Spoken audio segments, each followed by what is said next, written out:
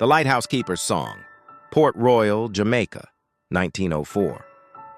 The sea had always been both a giver and a thief to the people of Port Royal. It gave fish, wind, and trade, but it also took ships, lives, and sometimes love. For Miriam Clark, the sea was a lullaby.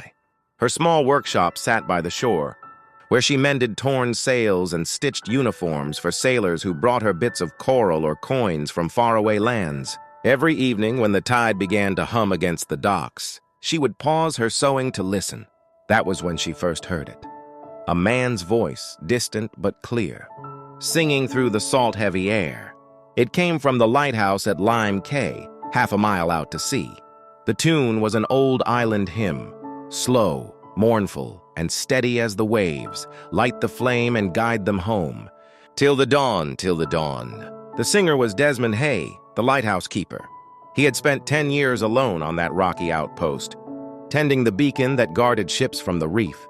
Few came to visit, save for supply boats, but every night, as he lit the lamp, he sang to chase away the silence. Miriam, curious and charmed, began answering him. Sometimes, as she worked under her lantern, she hummed the same tune back into the wind.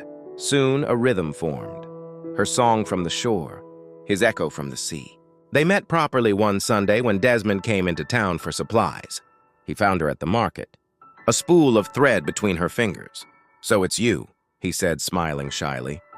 "The voice that drifts on my tide." Miriam laughed. "And you must be the man who sings to the moon." They walked the shoreline until sunset, speaking of ships, storms, and the loneliness of the ocean. When he returned to the lighthouse that night, he sang louder than ever, because now he knew who was listening. Seasons passed.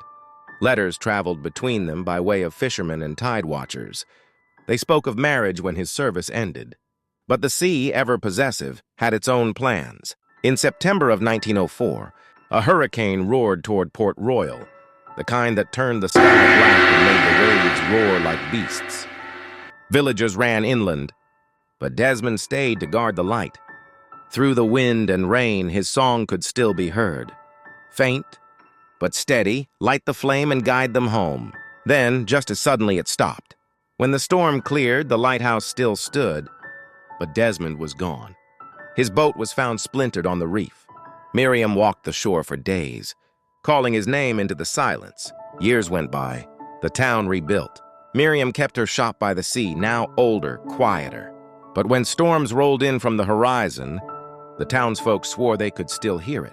That same old hymn carried on the wind. Miriam would smile softly then, set down her sewing, and whisper, "I hear you, Desmond.